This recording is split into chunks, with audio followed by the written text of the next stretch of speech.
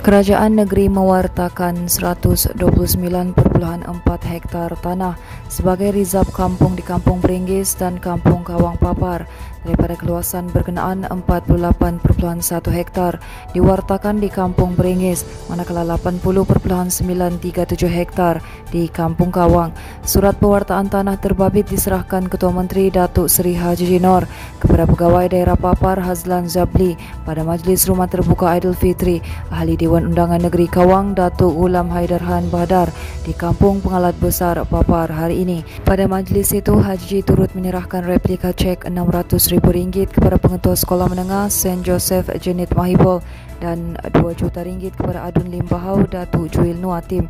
Kedua-dua peruntukan itu daripada kerajaan negeri disalurkan untuk pembinaan bangunan baru sekolah dan dewan masyarakat di Limbahau.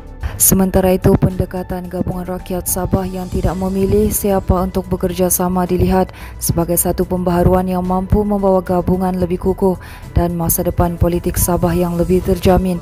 Pensyarakanan Universiti Malaysia Sabah Prof. Dr. Lee Kwok Tiong berkata langkah diambil JRS dengan menerima badan bukan kerajaan atau pemimpin secara individu membawa banyak kebaikan kepada masa depan gabungan berkenaan dan politik Sabah. Semalam Ketua Menteri Datuk Seri Haji Nur selaku pengerusi JRS menyatakan keterbukaan gabungan itu untuk menerima sesiapa saja termasuk NGO dan individu yang berminat menganggotai JRS. Kwok Tiong berkata keterbukaan JRS itu yang sedia bekerjasama dengan lebih banyak parti politik juga bakal membawa era baru politik Sabah yang lebih bertolak ansur dalam menjamin masa depan negeri dan kepentingan rakyat.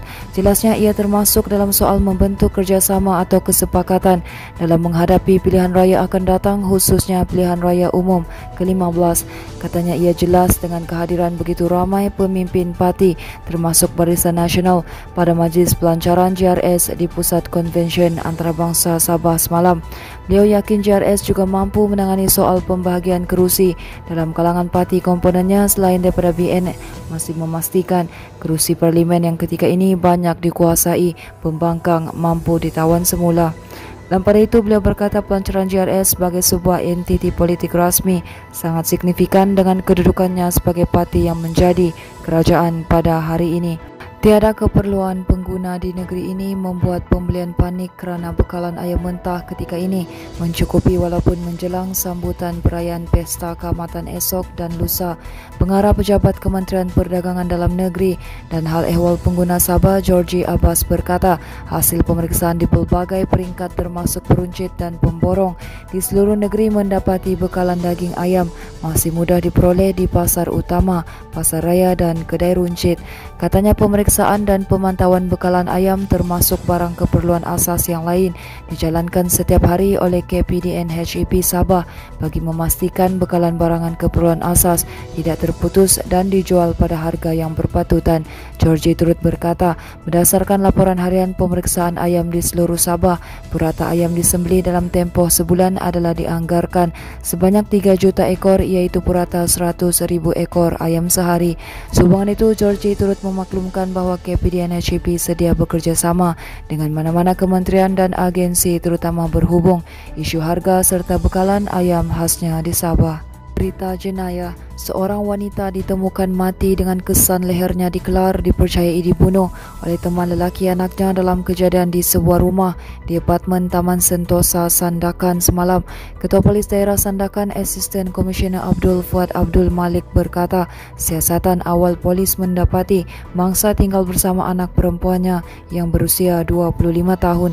Katanya suspek yang juga kekasih anaknya dikatakan datang ke rumah mereka pada jam 5.50 petang sebelum berlaku pertengkaran antara mereka. Katanya suspek dipercayai bertindak mengelar bahagian leher dan mangsa disahkan meninggal dunia di lokasi kejadian, manakala anak perempuan mangsa pula cedera ringan di bahagian tangannya. Abdul Fuad berkata selepas kejadian suspek yang juga warga tempatan berusia 31 tahun menyerah diri di Balai Polis Sandakan dan ditahan untuk membantu siasatan lanjut. Katanya setakat ini punca sebenar kejadian masih dalam siasatan dan suspek kini ditahan reman. Seterusnya, kebimbangan keluarga berikutan kehilangan seorang lelaki warga Mas di Kampung Ulus Pitang akhirnya melegakan apabila mangsa ditemui selamat 11 jam selepas dilaporkan hilang. Lelaki berusia 81 tahun itu ditemui selamat oleh penduduk kampung yang turut membantu mencari mangsa kira-kira jam 6.30 pagi tadi. Jurucakap Pusat Gerakan Operasi Jabatan Bomba dan Penyelamat Malaysia Sabah berkata pihaknya menerima panggilan kecemasan pada jam 7.36 malam. Katanya sepasukan 6 anggota dan pegawai bersama jentera dan van unit bantuan perkhidmatan kecemasan dikerahkan bergegas ke lokasi kejadian. Mengikut laporan awal, mangsa warga Mas terbabit dipercayai hilang selepas keluar membersihkan kawasan kebun miliknya. Pasukan bomba terus melakukan pencarian dalam keluasan radius 1 km sekitar lokasi mangsa dilaporkan hilang. Menurutnya, operasi bagaimanapun terpaksa ditangguhkan pada jam 10.30 malam sebelum disambung semula pagi tadi. Katanya operasi disambung semula membabitkan keluasan radius 3 km sebelum berjaya ditemui selamat. Mangsa ditemui selamat oleh penduduk kampung di kawasan Jalan Katipoh, Ladang Kelapa Sawit, Sepitang. Teruskan bersama kami di asoka.com, berita komprehensif, Kotobian Tadau Tagayo Do Keamatan.